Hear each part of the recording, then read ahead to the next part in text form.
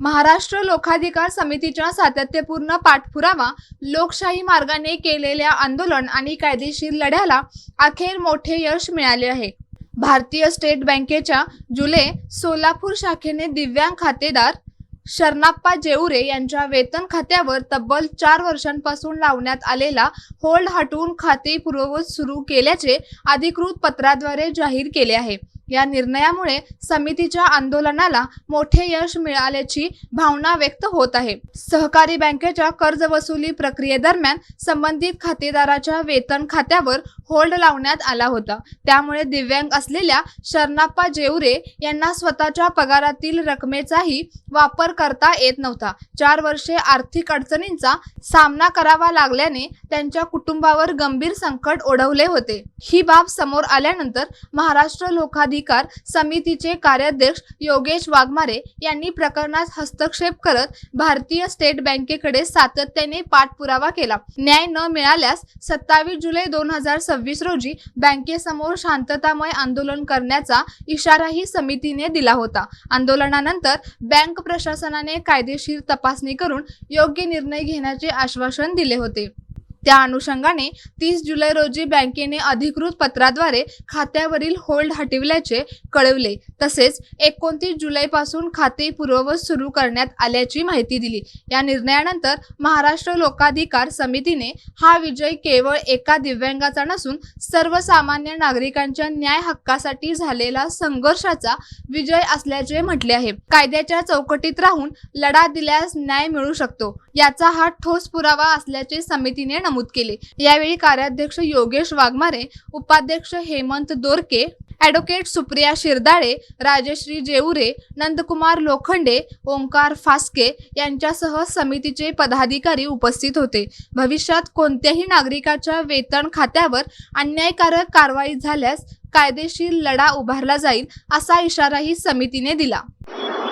जुलै सोलापूर शाखा जुलै Solapur state bank of India या बँकेनं शरणाप्पा जेऊरे यांचं गेले 4 वर्ष झालं पगार अकाउंटची सॅलरी त्यांची जमा होते। ते शिक्षक आहेत, त्या शिक्षकांचा या बँकेमध्ये पगार जमा होतोय।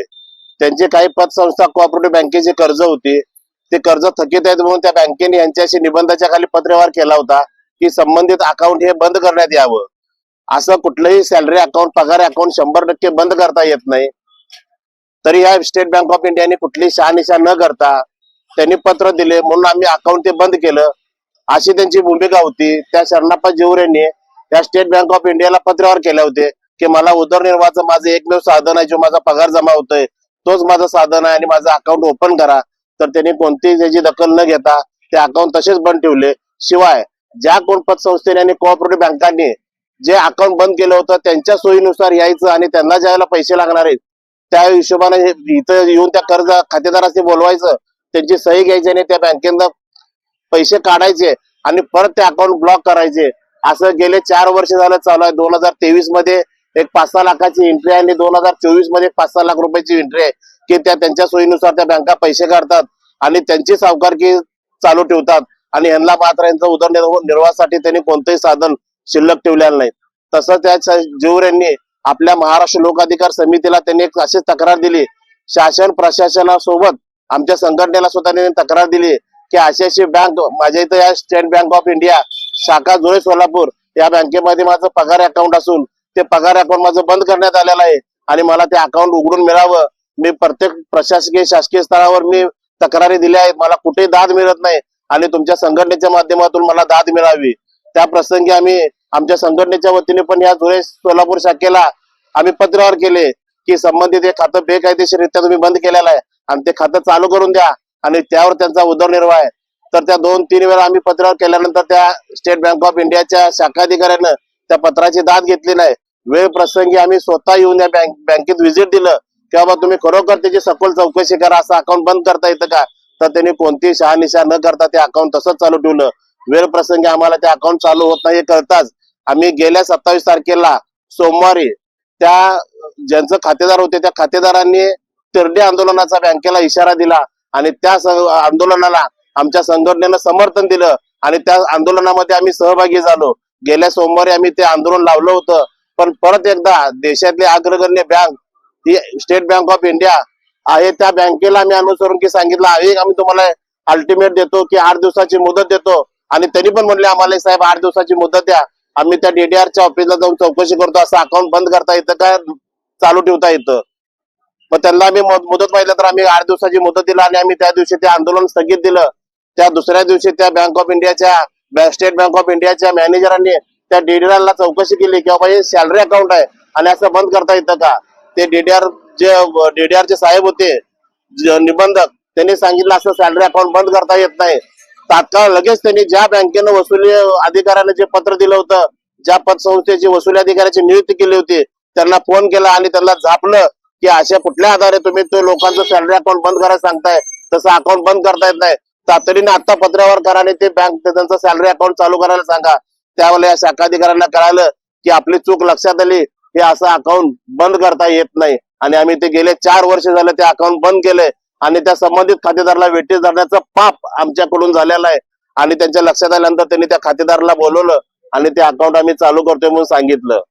आमच्या संघटनेच्या माध्यमातून एकच संदेश आहे, जर लोकांचा न्याय जर न्यायालयामध्ये मिळत नसेल आणि ते रस्त्यावर उतरून जर न्याय मिळवायची जर पाळी येत असेल तर न्याय व्यवस्थेचा विश्वास कुणाचा विश्वास त्या न्याय व्यवस्थेवर राहील. आज एक या आमचे आद्य कर्तव्य संघटना म्हणून आमचं आद्य कर्तव्य की लोकांवर होणारं शोषण आणि त्यांचे जे आर्थिक छळ चालू आहे आणि मानसिक छळ चालू आहे हे थांबवणं गरजेचं आहे. त्याचबरोबरीनं आज तुमचं पत्रकारिता एक चौथा स्तंभ म्हणून तुमचं काम आहे की असे अनेक 100 जिवरे या गावामध्ये आहेत की त्यांची सॅलरी अकाउंट बंद आहेत. काही लोकांनी आता हे शिवरे ठीक आहे सक्षम आहेत म्हणून त्यांनी आपला उदरनिर्वाह इकडे तिकडे करून केले, पण अनेक लोकांनी आत्महत्या केल्यात. त्या लोकांचे दात कोण घेणार.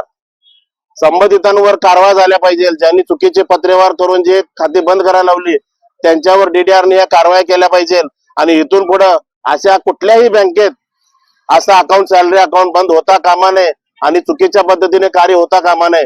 जर अशी झाली आमच्या संघटनेच्या वतीने एक आम्ही इशारा देतो की आम्ही कोणाचंही आर्थिक आणि मानसिक जर शोषण होत असेल तर तिथं संघटना अद्याप ग बसणार नाही.